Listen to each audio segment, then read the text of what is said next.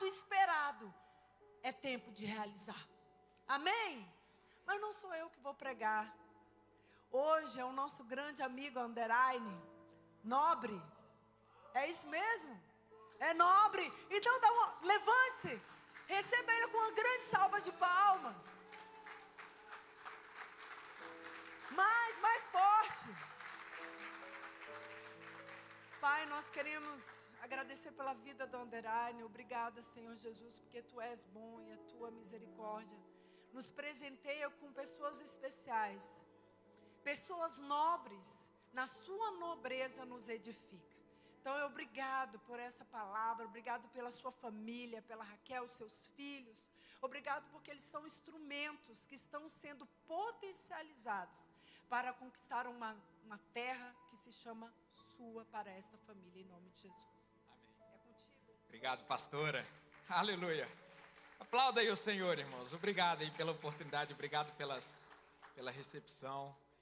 Sempre um prazer estar com vocês aqui nessa igreja, nessa casa que restaurou minha vida, restaurou minha família, restaurou minhas finanças, restaurou minha comunhão, me deu novamente a alegria da salvação. Então é um prazer estar com vocês. Aproveitando que vocês estão de pé, vamos fazer a leitura da Bíblia. Eu selecionei o Salmo 46, que eu acho que é muito propício para esse momento que nós estamos vivendo. Salmo 46, se puder colocar na tela aí, eu vou ler na versão que aparecer aí. A minha Bíblia aqui é Almeida Revista Atualizada, mas... Salmo 46. Ao mestre de canto dos filhos de Corá. É um salmo que tem por epígrafe: Deus é nosso refúgio e fortaleza. E nessa manhã, enquanto a gente está lendo esse salmo, eu gostaria que você meditasse nele e tomasse posse dessas palavras que serão lidas como uma oração para o seu coração, uma oração para as suas preocupações, para aquilo que você está vivendo. Vamos lá? Deus é nosso refúgio e fortaleza, socorro bem presente nas tribulações. Portanto, não temeremos, ainda que a terra se transtorne e os montes se abalem no seio dos mares. Versículo 3. Ainda que as águas tumultuem e espumem, e na sua fúria os montes se estremeçam. Há um rio cujas correntes alegram a cidade de Deus, o santuário das moradas do Altíssimo. Versículo 5. Deus está no meio dela, jamais será abalada. Deus a ajudará desde antemanhã.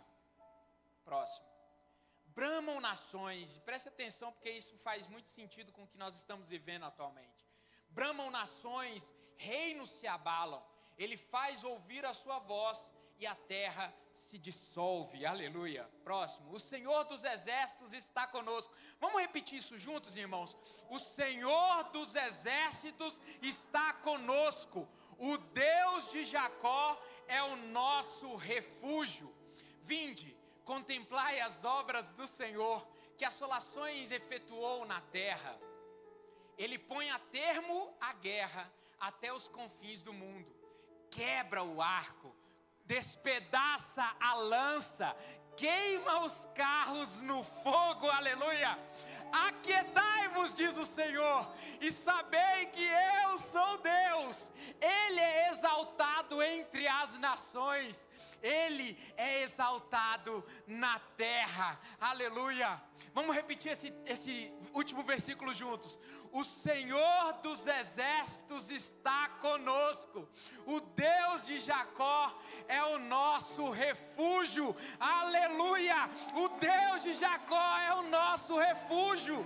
O Senhor soberano e poderoso e grandioso, maravilhoso, guerreiro, mas também Pai da eternidade, Príncipe da paz, está conosco. E não apenas conosco, Ele está nesse momento com os russos, com os ucranianos, com os venezuelanos, com os norte-coreanos, com a população da Coreia do Norte, da China, de Taiwan. Deus está controlando todas as variáveis. Nada escapa do poder e do controle do nosso Deus. Você crê nisso? Então aplauda o Senhor e tome seu assento nessa manhã. Aleluia. Que momento propício para nós falarmos da soberania de Deus sobre todas as coisas. Que tempo mais correto para nós nos lembrarmos de quem é Deus na história. Não apenas, irmãos, na religião e na salvação da nossa alma. Como é importante nós nos lembrarmos num momento como esse, em que nós estamos saindo de uma pandemia, em que o medo foi mais mortífero do que o fenômeno em si do vírus. Que momento maravilhoso nós estamos vivendo, onde as pessoas acharam, os progressistas e os sonhadores acreditavam que após esse momento de tensão mundial, as pessoas elas seriam mais humanas. E como nós podemos nos decepcionar diante da realidade que se apresenta aos nossos olhos, em que a guerra, ela toma lugar da esperança, em que invasões de uma nação contra outra, elas tentam nos desestimular a ver a esperança e ver os tempos melhores, e fazem com que nós, como os cristãos de quase sempre dizem, os tempos estão chegando, Jesus está voltando, as coisas estão piorando. E como é importante nós, que somos filhos de um Deus poderoso que não perde o controle, meditarmos nesse salmo, que é um salmo escrito para nos lembrar que Deus, Ele não perdeu o controle, de que Deus não está alheio às situações que estão acontecendo, e de que nas mãos dEle está o cetro poderoso de governo, de domínio e de decisão. Ele quebra o arco, corta a lança, despedaça os carros no fogo. Sabe o que é isso, irmãos? Que Deus está na soberania do que está acontecendo na Rússia. Deus está na soberania do que está acontecendo na Ucrânia. Deus estará no controle de todas as situações ao redor do povo que clama ao seu nome. E se tem alguém, irmãos, lá na Ucrânia, que adora o nome do Senhor, Deus está com as mãos estendidas sobre ele, dizendo: não temas, ó bichinho de Jacó, eu sou o teu Deus. E nessa manhã ele diz a mesma coisa para você, que talvez você não está em guerra, você não precisou ainda pegar em armas, você não está passando pela mesma agrura que está acontecendo na Rússia, mas Deus sonda e conhece o seu coração. Deus sabe as batalhas pelas quais você está passando. Deus sabe as guerras que você está lutando. Ainda que não com um fuzil na mão, mas você está, irmãos, de uma forma desesperada, pensando que talvez não há solução. Mas eu digo para você, o Deus de Jacó é o nosso refúgio, e nele você tem amparo, nele você tem resguardo, nele você tem uma fortaleza e esperança que o mundo não são capazes de tirar de você. Nessa manhã Deus me trouxe aqui, irmãos, para dizer que Ele ama a sua vida. Enquanto a gente estava no momento do ofertório, irmãos, Deus me fazia olhar para cada pessoa que chegava aqui no altar, e o Espírito Santo bradava no meu coração dizendo: veja o quanto eu amo essa pessoa, veja o quanto eu amo esse meu filho e essa minha filha, que vinha aqui depositar a oferta no altar, e Deus não me fez sentir isso, irmãos, simplesmente porque você estava deixando a oferta aqui. Deus me fazia sentir o amor dEle por cada um de vocês que está sentado aqui, independente se você trouxe a sua oferta ou não. Então nessa manhã, o mais importante que eu queria te dizer, irmãos, Deus, Ele te trouxe aqui para dizer que Ele ama a sua vida, de que você é precioso para Ele, de que Ele olha para você com carinho, com cuidado, com zelo, com atenção, e Ele olha para você, irmãos, não com o olhar de julgamento, porque o julgamento virá sobre aqueles que não têm Jesus, mas para nós que um dia aceitamos Jesus, como diz: se com a tua boca confessares ao Senhor Jesus, e em teu coração creres que Deus o ressuscitou dos mortos, serás salvo. Porque em João capítulo 1, versículo 12 diz que todos aqueles que o receberam, deu-lhes o poder, ou o direito, ou a dádiva de serem chamados filhos de Deus. E qual é o Deus que nós estamos querendo ser filiados nessa manhã? É um Deus que simplesmente te leva para o céu, perdoa os seus pecados e te faz passar por agruras, dificuldades, sem te dar uma palavra de esperança. É aquele que te deu a salvação em troca de viver uma vida de tribulações, tristezas e fardos pesados, não. Esse Deus que nós estamos declarando e adorando e louvando, e aqui eu abro um parênteses, eu gostaria de parabenizar em especial a equipe de louvor, o ministério de louvor, porque hoje a adoração, eu senti que Deus, Ele estava, sabe, irmão, se inclinando do céu para ouvir. Esses são os meus filhos que me adoram, esses são os filhos que me louvam, e eu tenho certeza que essa adoração, ela chegou poderosa aos céus. Parabéns a vocês que se dedicam ao ministério de adoração a Deus, porque vocês preparam o nosso coração, a nossa alma e o nosso espírito, e também o nosso corpo, né? Quando vocês falam aí no momento da adoração, levante suas mãos, pule, adore ao Senhor. É um momento, irmão, de sincronismo, em que corpo, alma e espírito, elas se sincronizam para devotar a adoração a Deus. Então que Deus faça vocês, ministério de adoração, cada vez mais próspero. Mas, voltando ao assunto, qual é o Deus que nós estamos adorando? É um Deus que simplesmente nos garante a salvação através do perdão dos nossos pecados? E se isso já não fosse muita coisa, né? E como é?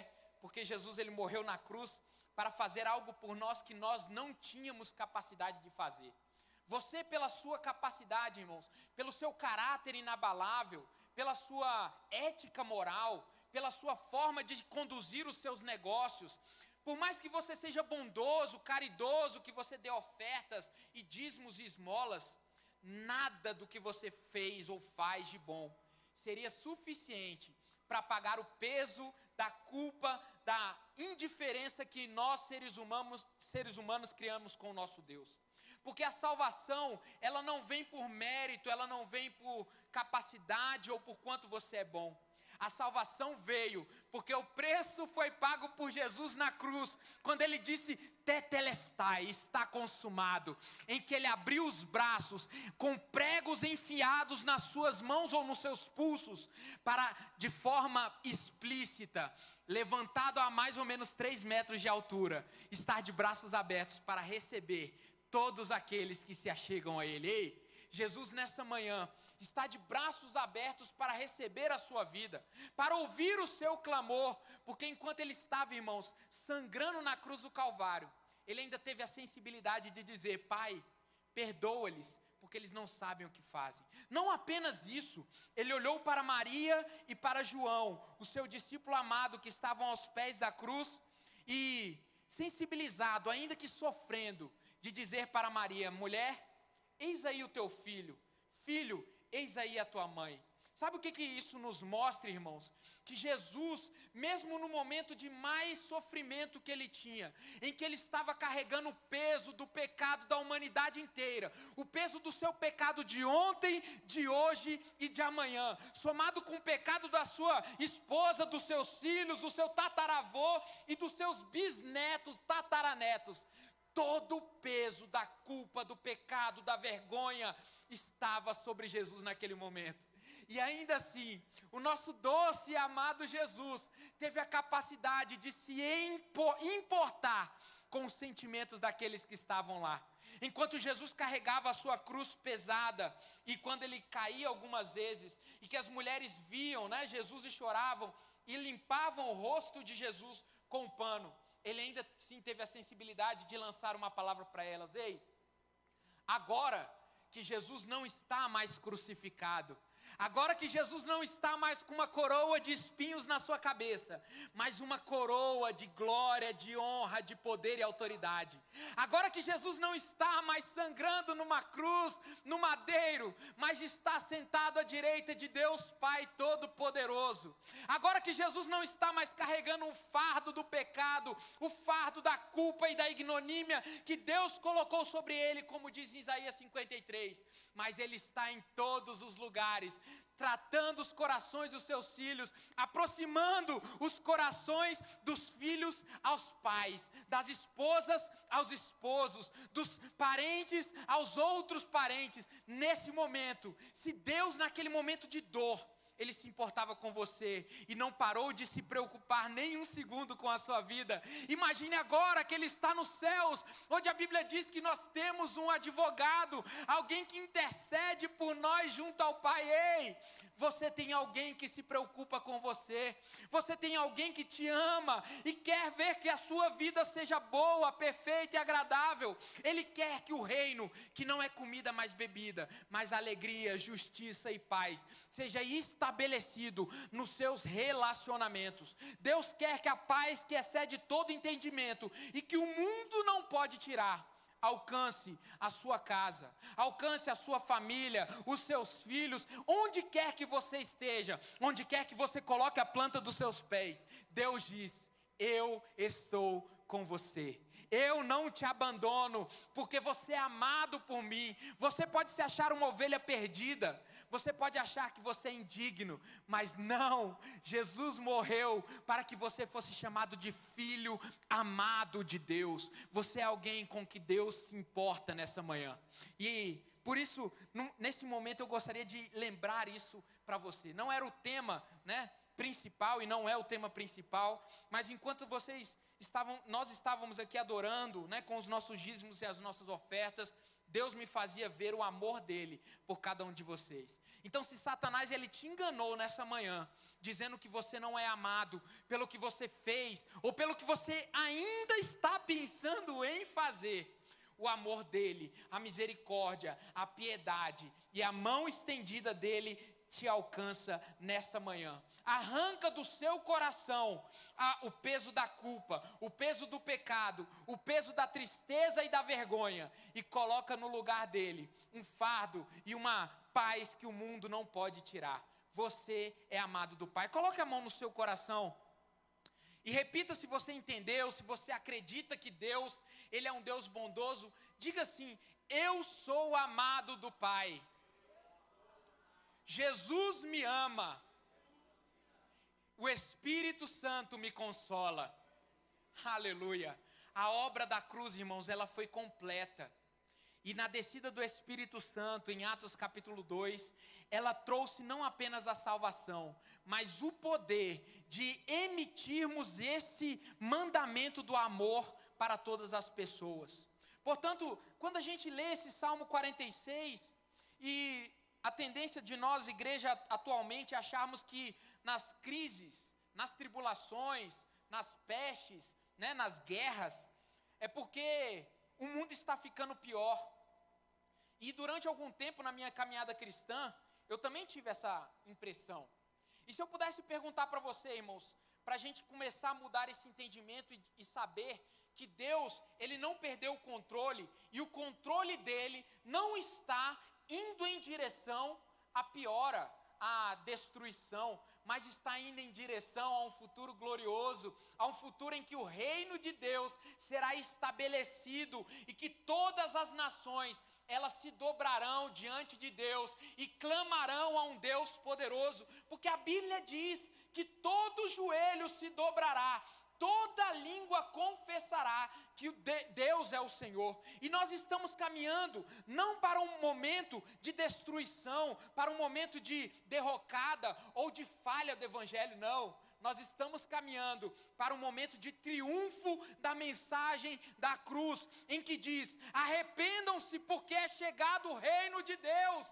E essa missão cabe a nós, porque esse Salmo, ele nos diz que Deus não é um mero salvador, ele é o poderoso governante das nações. Ele não perdeu o controle sobre nada na história, sobre ninguém. E aí eu lembro da pregação do pastor Lucinho Barreto, foi ontem ou anteontem? Anteontem, que ele diz: se nós conhecemos o final, e o final é o Cordeiro abrindo selos e triunfando, enquanto todos diziam: quem será digno de abrir os selos?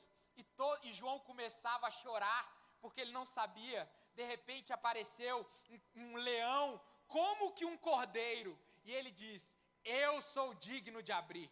Enquanto ele abre os selos, a tendência que nós, quando lemos Apocalipse, e essa é uma mensagem que eu deixo para o seu coração, é de desfazer esse erro, é achar que Jesus abriu os selos para trazer sobre a terra tragédias, para trazer sobre a terra terremotos, vulcões, pestes, escorpiões.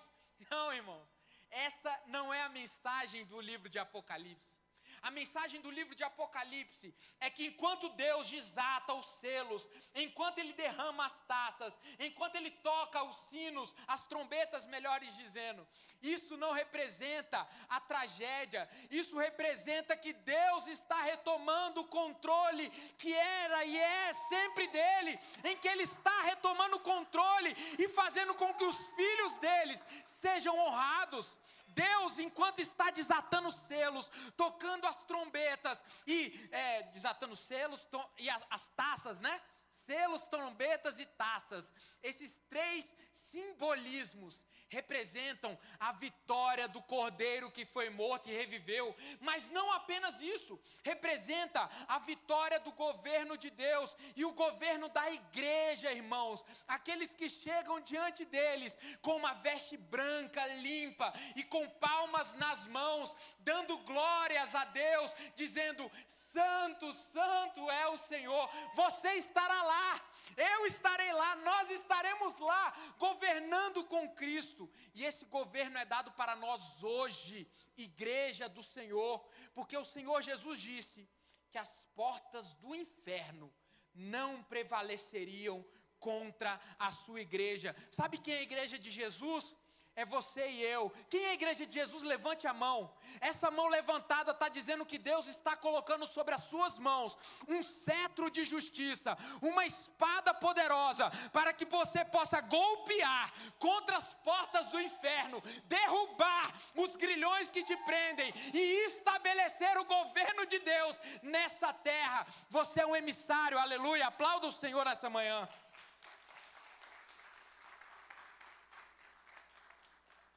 Se nós já sabemos o final, e o final é glorioso, com a igreja triunfante, com as nações se prostrando, se dobrando, como nós podemos ficar imaginando que as coisas estão ficando pior?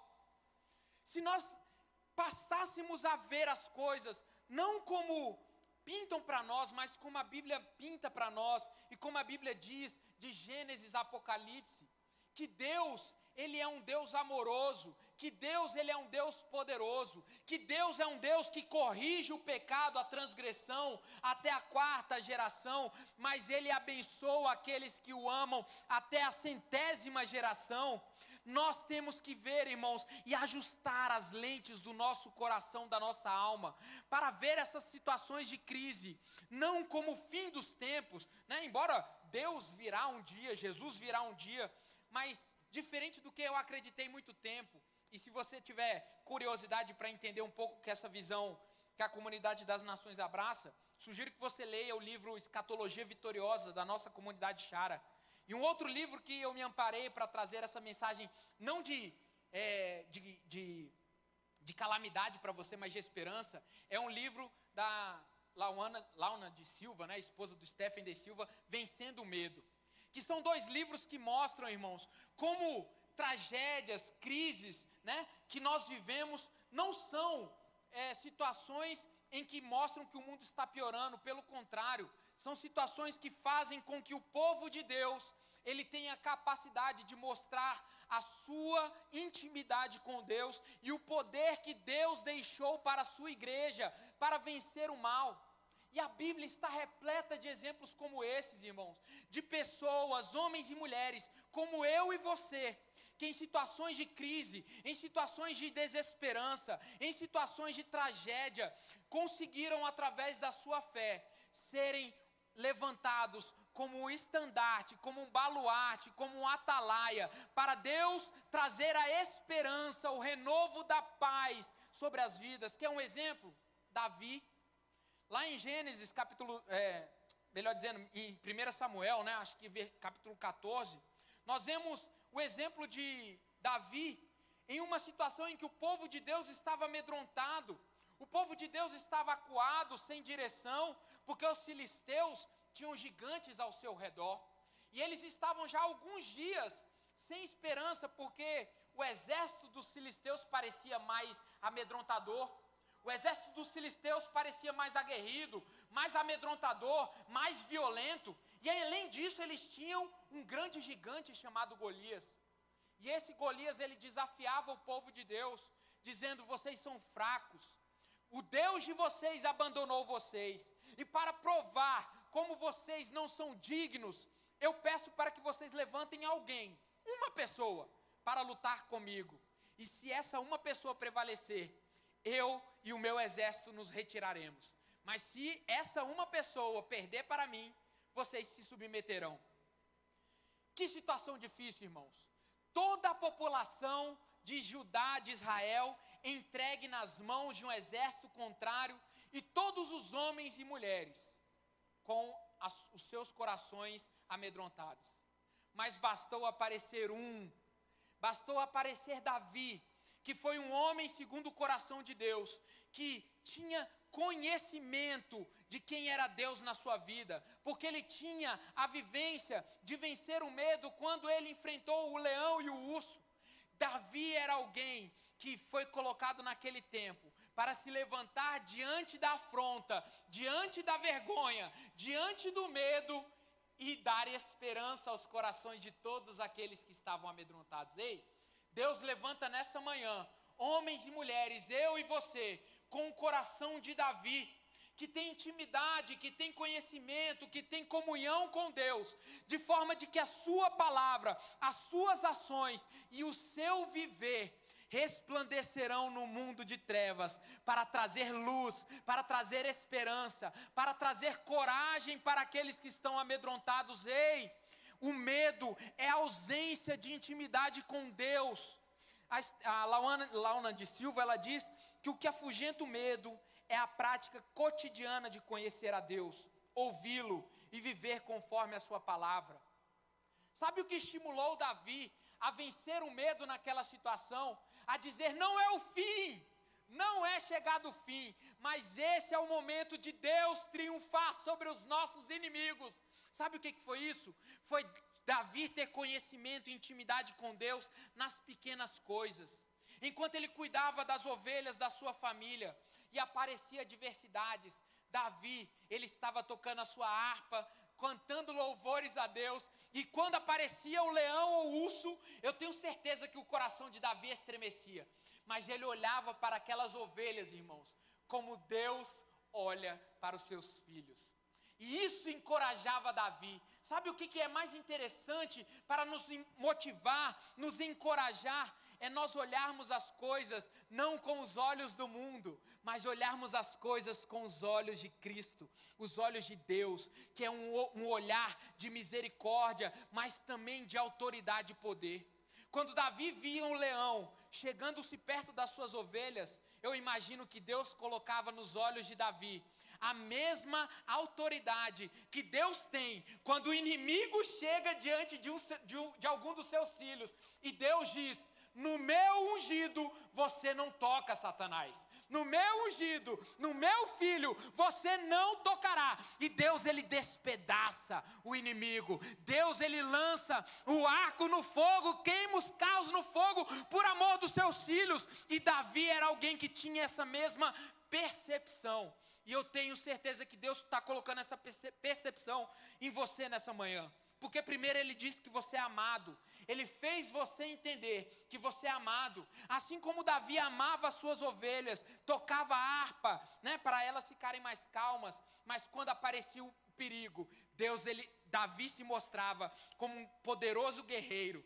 Deus, nessa manhã, ele faz você não apenas uma ovelha que é cuidada por ele porque ele faz isso, mas ele faz você como um Davi, que se levanta em prol da missão com os olhos de Deus, dizendo, ei, Satanás, contra a minha família você não tocará, contra o meu casamento você não tem poder, contra os meus negócios você não prevalecerá, porque você tem um coração que ama a sua família, você tem um coração que ama os seus filhos, você tem um coração que ama os seus projetos e os seus negócios.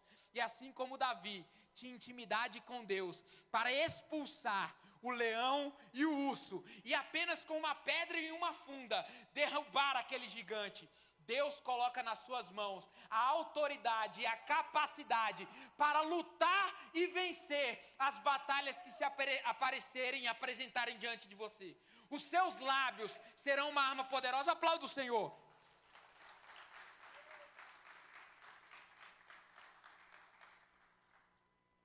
Deus, ele não é simplesmente um salvador de almas. Deus é o restaurador da comunhão que ele tinha no Éden com Adão. Porque quando ele criou todas as coisas e disse para Adão, né? Tudo que eu criei foi muito bom. E disse para Adão, Adão, você dominará, você governará, multiplique-se, né? Encha a terra. Deus estava dando sobre nós uma palavra de governo, de autoridade. E existe uma palavra, acho que em Romanos, não me lembro bem, que diz que a natureza espera com grande expectativa a manifestação dos filhos de Deus. Sabe o que isso significa, irmãos? A partir do momento que nós fomos resgatados, salvos, justificados, santificados, lavados e remidos pelo sangue do Cordeiro, a natureza passa a olhar para nós com grande expectativa, dizendo, ei, nasceu de novo um filho de Deus, nasceu de novo alguém em quem Deus colocou a autoridade para restaurar a natureza que chora e brama com dores de parto, até que se apresente a manifestação dos filhos de Deus, que somos nós, para trazer justiça a esse mundo, para trazer uma palavra de esperança e não de medo, para trazer ao mundo a restauração daquilo que Deus deixou para nós, dizendo, dominai sobre as criaturas, dominai sobre os peixes do mar, dominai sobre as aves do céu, sobre as bestas feras do campo, e plantai, colhei, comei do que a terra dá. Deus está trazendo os filhos para trazerem ao mundo a restauração que foi dada para nós em Gênesis. Sobre as suas mãos estão governo, liderança e autoridade. Putin, irmãos, ele não tem mais autoridade do que você. Os presidentes ímpios das nações, elas não têm mais poder e autoridade do que um filho de Deus. O filho de Deus carrega em si mesmo a presença e a autoridade derramadas pelo Senhor dos senhores, o Deus dos deuses, o governante imparável e imbatível, invencível. E ele coloca essa mesma autoridade sobre os seus filhos, porque em Marcos ele diz, ide por todo o mundo e pregai o evangelho.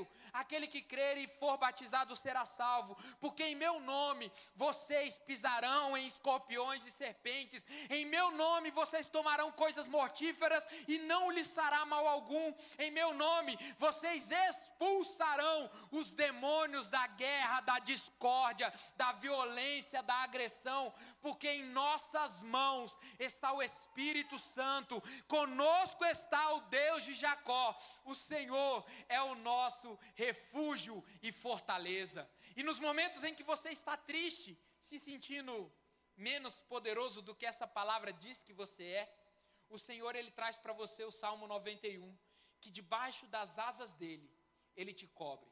Debaixo das asas dele, você está seguro. E que você pode passar pelo vale da sombra e da morte, mas mal algum chegará à sua tenda. Sabe por quê? Porque nós somos amados do Senhor. Nós somos preciosos para Ele. E eu amo isso, irmãos, saber que eu sou amado pelo Senhor. Não basta apenas amar a Deus, dizer eu amo a Deus, mas não se sentir amado pelo Senhor é como se tivesse um parafuso solto na engrenagem do carro. Se você está dirigindo o carro dizendo eu amo ao Senhor, mas você não entende que você também é amado pelo Senhor, e porque Ele nos amou primeiro, não é porque você é merecedor, Ele nos amou primeiro e nos resgatou quando nós ainda estávamos no lamaçal do pecado e nos chamou de filho. Sabe aquela parábola do filho pródigo, irmãos? Em que o filho chega com a roupa suja, gastou todo o dinheiro do pai, ele estava com vontade de comer a lavagem dos porcos, porque ele desperdiçou a sua comunhão com o seu pai. E de repente ele volta maltrapilho, volta sujo, volta envergonhado, volta empobrecido, miserável, com as suas roupas cedendo, e achando que o seu pai ia tratá-lo como um servo, ou pior do que um servo. Mas quando ele chega de cabeça baixa, ele olha para cima e vê o seu pai que não perdeu a esperança de que o seu filho voltaria. e já estava, irmãos, esperando o filho voltar. Deus está, irmãos, levantando as suas roupas e correndo em direção ao seu filho, que é você nessa manhã, e te abraça, e coloca sobre você um novo anel, troca as suas roupas de vergonha, de medo, de incapacitação, e coloca sobre você roupas novas, e derrama sobre a sua vida, irmãos, um perfume, e mata um cordeiro, e faz uma festa para te alegrar, para receber a sua vida.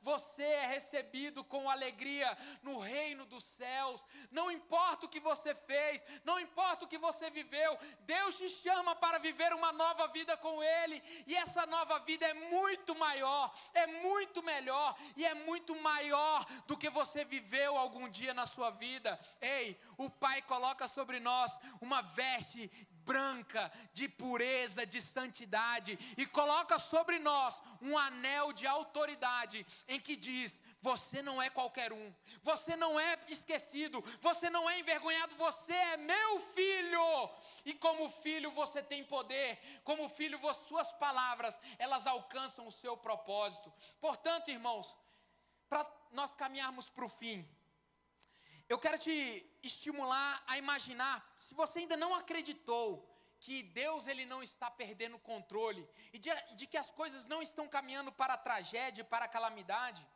eu gostaria de perguntar, se você tivesse a oportunidade de nascer em algum outro momento da sua vida, em algum outro momento da história, em que momento você escolheria nascer?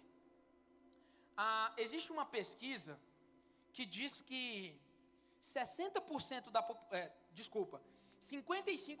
da população mundial vive na miséria. Essa é o gráfico da desigualdade econômica de 2020, que fala sobre propriedade. E 33% da população vive na classe média ali, né? 11% está na classe alta, e 1% são os mais ricos do mundo. Então, a gente está ali entre os 55% e 33% ali da população, classe média, né? Classe média alta. Se nós tivéssemos a oportunidade de nascer em um outro momento da história, se você pudesse escolher voltar no tempo e nascer na classe social em que você pertence em outro momento, em que momento você gostaria de ter nascido? Você gostaria de ter nascido nos tempos de Jesus, em que os escravos, né, em que os romanos eles tinham autoridade para matar qualquer um indiscriminadamente? Ou antes, nos tempos de Davi, em que os prisioneiros de guerra tinham suas carnes, suas peles, né, tiradas, arrancadas ainda vivo, em que ganchos eram colocados no nariz? Em que momento você gostaria de ter nascido?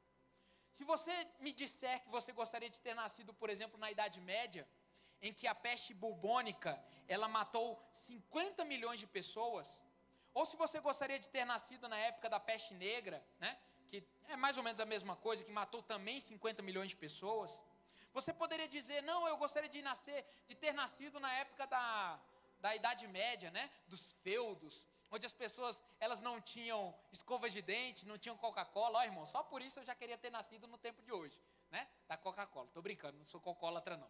Mas não tinha brigadeiro, irmãos, não tinha doce de leite, né, não tinha pão de queijo, sendo um pouco mais otimista. Na época da Idade Média, irmãos, você não podia dar um beijo na sua esposa, porque não tinha escova de dente, né, você passava ali a vida inteira sem, o povo desdentado, né, não tinha propriedade. Em que tempo você gostaria de ter nascido?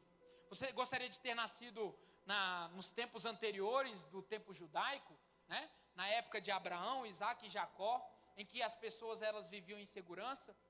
Ou se você pudesse escolher nascer no tempo de hoje em relação ao tempo de ontem, você preferia ter nascido no tempo de hoje? Eu particularmente, só por causa do brigadeiro, eu já aceitaria nascer nos dias de hoje. Mas se a gente olha para o passado, irmãos, e a gente compara como a vida era antes e como nós estamos hoje, é inegável que a qualidade de vida melhorou. É inegável que a expectativa de vida aumentou. É inegável que as leis, elas se tornaram mais humanas, que a proteção à vida e à dignidade, elas foram maximizadas. E sabe qual é a consequência, sabe qual é a causa dessa melhoria de vida? É porque lá atrás, alguns cristãos malucos como Paulo e Silas, eles aceitaram as chicotadas nas costas, pregando o evangelho, para que a mensagem da cruz, que não é apenas de salvação, mas é de restauração da pureza, da santidade, da paz, da justiça, da alegria, elas alcançassem a sua vida nos dias de hoje. Porque se nos dias de Jesus havia injustiça e a expectativa de vida era muito baixa, o saneamento básico na época da Idade Média era baixa, isso, irmãos, significa que nós não estamos retrocedendo, mas nós estamos avançando. E esse avanço é graças ao Evangelho de Jesus, que nos traz paz que o mundo não pode dar. Se nós estamos melhorando, irmãos, e as guerras, elas, por mais carnificinas que aconteçam, elas são mais humanas, como por exemplo na Segunda Guerra Mundial, que morreu mais de 10 milhões de pessoas, na verdade é muito mais, né? Eu nem pesquisei o número, mas até alguns tempos atrás, você sabe quantas pessoas morreram no mundo na época da gripe espanhola, que foi em 1920, alguns anos atrás? Mais de 50 milhões de pessoas pereceram na época da Primeira Guerra Mundial. Olha como o século retrasado, né? Século XIX, século XX, na verdade. Século passado, era trágico. Houve a Primeira Guerra Mundial, em que morreram muitas pessoas de forma trágica, gás de mostarda, né? Logo depois, em 1920, veio a gripe espanhola, que matou mais de 50 milhões de pessoas, alguns dizem 100 milhões de pessoas. Depois veio a grande recessão em 1929, em que as economias do mundo inteiro, elas caíram e pessoas se matavam, se suicidavam, entraram em desespero. Logo depois veio o levante dos governos totalitários, comunismo, fascismo, nazismo, em que milhões de pessoas morreram. Veio a Segunda Guerra Mundial com muitos mais mortes. Depois veio a Guerra Fria, né? Guerra do Vietnã, Guerra da Coreia, guerra disso, daquilo. Imagine, irmãos, essas pessoas que nasceram naquele tempo e dizendo, é o fim dos tempos. Mas o que aconteceu disso, irmãos? Deus prevaleceu com mão forte. Enquanto as nações estavam se dissipando, enquanto as nações estavam se degladiando, enquanto a esperança estava esvanecendo, haviam homens e mulheres como Billy Graham, que se levantavam e diziam, o nosso Senhor é o Senhor poderoso e Ele reina e Ele governa. Haviam homens e mulheres como Charles Finney em 1800, nos momentos de crise, haviam homens como Martinhos e Luteros que se levantavam para proclamar que o governo e o reino e o poder e a autoridade estão nas mãos de alguém que nunca perdeu o controle. Ei, não se desespere, o seu Deus não perdeu o controle de nada nesta manhã. E se naquela época Jesus, que todas as confluências, como diz em Mateus 24, dizia, quando ouvires rumores de guerra, sabeis que está chegando. E isso não aconteceu ainda, porque Ele virá. E assim como os discípulos viram Ele subindo nos céus, nós veremos o Senhor descendo com grande poder e autoridade, e nós seremos elevados a Ele. Mas a mensagem é, irmãos, diante das dificuldades, diante das tribulações, diante das guerras, dos rumores de guerra, das pestes, das pandemias, qual é a voz que nós temos que ter? É a voz da desesperança? É a voz da tristeza? É a voz da falta de fé? Não.